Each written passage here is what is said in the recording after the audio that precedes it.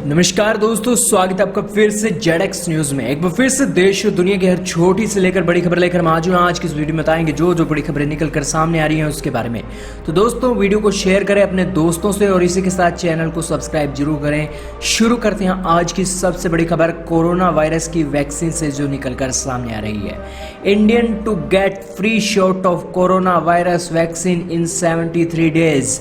जी हाँ दोस्तों, भारत सरकार का कोविड-19 की वैक्सीन कोविशील्ड को लेकर एक बहुत बड़ा बयान सामने आया है कि जी हाँ दोस्तों, भारत का जो कोविड वैक्सीन का जो ट्रायल है वो ट्रायल प्रोसेस चल रहा है और ये आने वाले 58 दिनों में बिल्कुल कंप्लीट किया जाएगा और 73 दिनों के अंदर जो सीरम इंस्टीट्यूट ऑफ इंडिया है वो ये कोविड-19 की वैक्सीन भारत में उपलब्ध करवाएगी।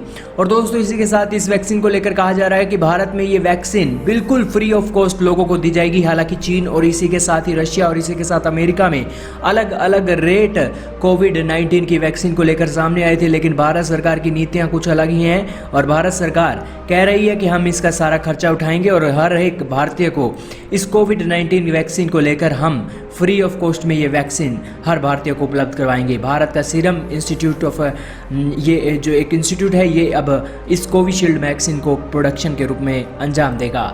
चलते हैं अगली बड़ी खबर पर। यह खबर जो कोविड-19 से ही focus strategy on testing help India contain spread. जी हाँ दोस्तों, आपकी जानकारी के लिए बता दें कि भारत सरकार एक दिन में 10 लाख टेस्ट कर रही है और यही कारण है कि भारत में केसों की संख्या 60 से 70 हज़ार तक पहुंच रही है। और दोस्तों ये इतनी बड़ी टेस्टिंग भारत को एक अच्छे सवेरे की ओर लेकर जा रही है, क्योंकि इस बड़ी टेस्टिंग के चलते हम कोविड-19 को रोक सकते हैं। चलते हैं अगली बड़ी खबर पर। अच्छी खबर जो है भारत चीन पाकिस्तान से India reject reference to Kashmir in China Pakistan joint statement. जहां दोस्तों शाह मोहम्मद कुरैशी अभी हाल ही में वैंगवी से मिले हैं इस्लामाबाद और अब वो वापस पहुंचे हैं और इसी के साथ ही उन्होंने कहा है कि जम्मू एंड कश्मीर के मामले पर चाइना पाकिस्तान का साथ दे और इसी के चलते भारत ने इनके ऊपर जो ये जॉइंट स्टेटमेंट दोनों देशों ने जारी की है और इसी के साथ चाइना ने कहा है कि पाकिस्तान के साथ हम उसकी जितनी भी टेरिटरी हैं उसको लेकर हम उसके साथ खड़े हैं। उसी को लेकर भारत ने रिजेक्ट किया है कश्मीर मामले को लेकर, क्योंकि पाकिस्तान कश्मीर को अपना हिस्सा मानता है और इसी के चलते चाइना पाकिस्तान की स्ट्रेटजी को भारत ने आज रिजेक्ट किया है ताकि जम्मू एंड कश्मीर में चीन के किसी भी इस नाकाब कोशिश को पूरी दुनिया में एक मुद्दा न बनने दिया जाए। चलते हैं अगली बड़ी खबर पर। एक खबर जो पाकिस्तान से, Pakistan imposes sanctions on Dawood, Hafiz Saeed, Azhar, Lakhvi and 84 others. जहां दोस्तों पाकिस्तान ने 88 टेररिस्ट ग्रुप को इसी के साथ ही 1993 के मास्टरमाइंड दाऊद इब्राहिम को भी आतंकवादी घोषित करते हुए उनके ऊपर सैंक्शंस पाकिस्तान में लगा दिए हैं। ये सैंक्शंस ज़मीनी स्तर पर कभी भी पाकिस्तान की ज़मीन पर नहीं गिरे हैं, लेकिन इसी के साथ ही इन जो आतंकवादियों के ऊपर सैंक्शंस लगाई गई हैं ये सिर्फ नाम की हैं। हालांकि FATF की जो ब्लैक लिस्ट है उससे बचने के लिए पाकिस्तान की सरकार ने ये कदम उठाया है, लेकिन ये कदम आज उनके ऊपर एक बहुत बड़ा सवाल खड़ा कर रहा है, क्योंकि दाऊद इब्राहिम जो पाकिस्तान हर बार कहता रहा था कि ये हमारे देश में नहीं है, उसी को लेकर उन्होंने कहा कि ये हमारे देश में है। और इसी के साथ दोस्तों पाकिस्तान की सरकार ने उनका एड्रेस भी अपने डॉक्यूमेंट में दिया है, हालांकि बाद में वो मुकर गए कि दाऊद इब्राहिम उनके देश में है ही नहीं। हालांकि दोस्तों पाकिस्तान पर किसी भी तरह का भरोसा नहीं किया जा सकता और ये भी नहीं माना जा सकता कि दाऊद इब्राहिम आज पाकिस्तान में है, क्योंकि एक पब्लिसिटी स्टंट पाकिस्तान का माना गया है। क्योंकि अगर पाकिस्तान में दाऊद इब्राहिम होता तो जाहिर सी बात है कि उसके कोई ना कोई ऐसी बातें जरूर सामने आती, क्योंकि वो एक आतंकवादी है और आतंकी गतिविधियां वो अंजाम दे सकता है। लेकिन दाऊद इब्राहिम की ये बातें सामने नहीं आई, लेकिन अब देखना होगा कि आखिरकार पाकिस्तान सरकार FATF की ब्लैक लिस्ट से कितना बचती है। चलते हैं अगली बड़ी खबर पर। यह खबर जो है चाइना नेपाल से। China getting safe passage to occupy Nepal territory with Oli support. जी हाँ दोस्तों, चाइना की एक्सपेंशनिज्म थ्योरी को एक बहुत बड़ा बल मिल रहा है नेपाल में। नेपाल के PM KP Sharma Oli China के एकदम गोदी में जाकर बैठ गए हैं और यही कारण है कि नेपाली PM KP शर्मा ओली की अब गद्दी चीन के सहारे ही चल रही है।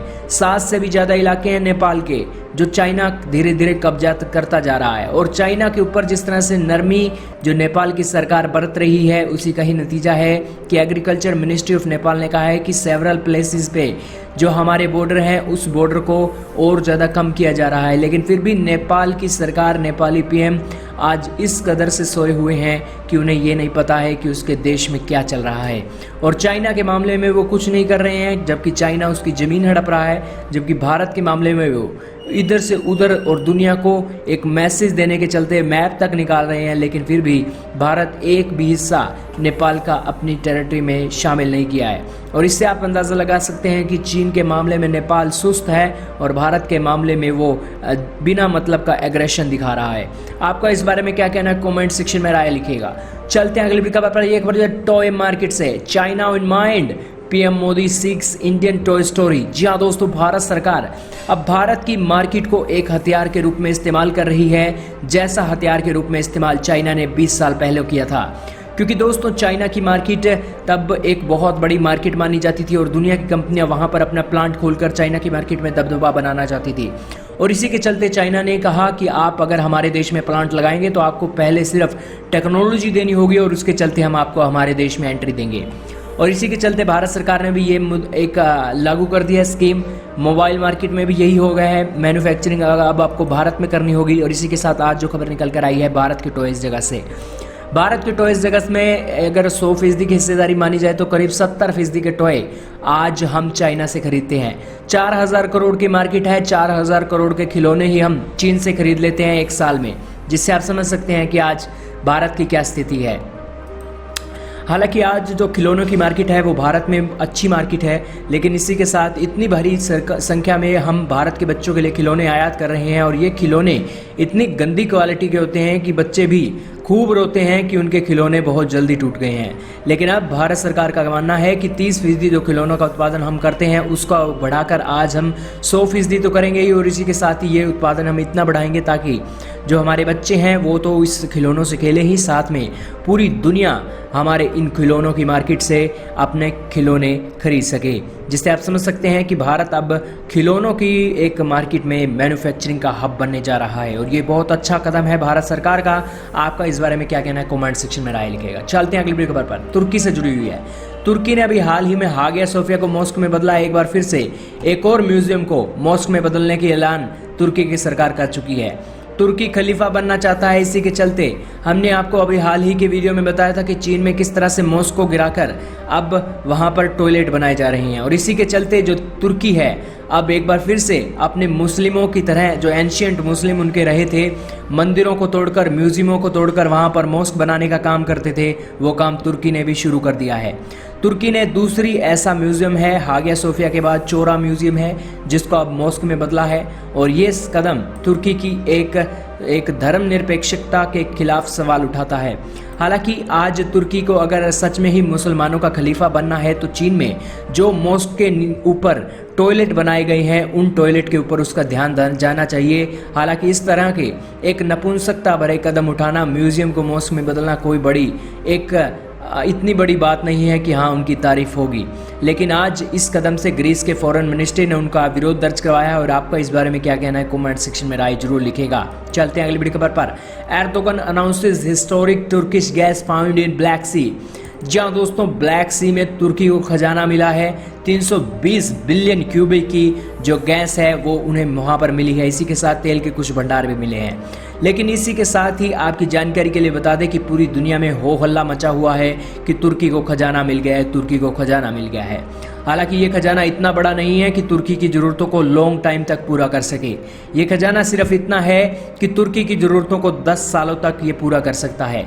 लेकिन 10 सालों बाद आखिरकार तुर्की को ये खजाने के रूप में अपना एक बार फिर से जो एक ड्रिलिंग है उसको करना होगा और इसी के साथ गैस के भंडार को ढूंढना होगा और दुनिया से गैस खरीदनी होगी। आपकी जानकारी के लिए बताएं कि आज तुर्की जो गैस खरीद रहा है वो ईरान से खरीद रहा है, रशिया से खरीद रहा है। और इसी के साथ अब ये गैस रशिया और ईरान से ना खरीद कर तुर्की अपने देश में ही इसे निकालेगा। और आने वाले 70 से 80 दिनों के बीच तुर्की का प्लान है कि ये गैस की प्रोडक्शन वो करने जा रहा है। लेकिन दोस्तों इसी के साथ ही जो तुर्की की ये गैस की पाइपलाइन है, तुर्की की गैस पाइपलाइन को इतना हो हल्ला देना किसी भी तरह पर एक लाजमी नहीं है, क्योंकि ये कोई इतना बड़ा भंडार तुर्की को आज मिला नहीं है। हालांकि ब्लैक सी में ये भंडार मिला है तो तुर्की को एक राहत की खबर जरूर मिली है। चलते हैं अगली बड़ी खबर पर। यह खबर रशिया से जुड़ी हुई है। Plane carrying Russian politician Alexei Navalny lands in Germany. जी हाँ दोस्तों, ये है वो नेवलने जो बिल्कुल बेसुध हो चुके हैं और इन्हें अब हॉस्पिटल में लाया गया है। और इसी के साथ ही ये इवैक्यूएशन कल हुआ था और ये जो तस्वीरें आप अब देख रहे हैं ये उसी की ही हैं। प्लेन के जरिए इनका इवैक्यूएशन हुआ और इसी के चलते इन्हें रशिया से जर्मनी लाया गया। और जर्मनी के डॉक्टरों ने कहा है कि आखिरकार हमें क्लैरिटी दीजिए कि आखिरकार इन्हें जो पॉइज़न दिया गया है उसको आप पॉइज़न की क्या डिटेल है और कैसे ये इतने बुरी हालत इनकी हो गई है। हालांकि अभी इन्हें जर्मनी लाया गया है तो एक उम्मीद बनी है कि हाँ ये ठीक हो सकते हैं, लेकिन इसी के साथ वो अभी भी कोमा में हैं। देखना होगा कि आखिरकार इस इलाज के बाद क्या वो ठीक हो पाते हैं या नहीं। चलते हैं अगली बड़ी खबर पर। रूस से जुड़ी हुई है ये भी खबर। रूस ने कोरोना वायरस की एक और वैक्सीन की लॉन्च, पहले टीके जैसे दुष्प्रभाव नहीं होने का दावा। जी हाँ दोस्तों, रूस ने एक और अपनी कोविड-19 की वैक्सीन एक बार फिर से लागू कर दिया और इस वैक्सीन का नाम स्पुतनिक 5 के बाद दिया गया है एक और वैक्सीन का नाम। और इस वैक्सीन को लेकर भी उन्होंने कहा है कि इस वैक्सीन को लेकर कोई भी साइड इफेक्ट इस वैक्सीन के नहीं है और इस वैक्सीन का नाम रखा गया है एपीवैक कोरोना। यानी कि इस वैक्सीन को लेकर भी एक बार फिर से रशिया का दावा है कि इसके कोई साइड इफेक्ट नहीं है और इसे लेने से सिर्फ और सिर्फ व्यक्ति या तो ठीक होगा या फिर कोविड से ही संक्रमित होगा। लेकिन दोस्तों ये वैक्सीन है तो ज़रूर वो कोविड-19 से इनका क्योर करेगी, लेकिन इस वैक्सीन का एक कोई भी साइड इफेक्ट ना होना रशिया के लिए एक अच्छी खबर है। वहीं दोस्तों विराम देते हैं आज की सबसे बड़ी खबरों को। उम्मीद है आपको आज एक बेहतरीन जानकारी मिल गई होगी। वीडियो आपको कैसी लगी लाइक और कमेंट करके जो बताएं। इस वीडियो में सिर्फ इतना ही था।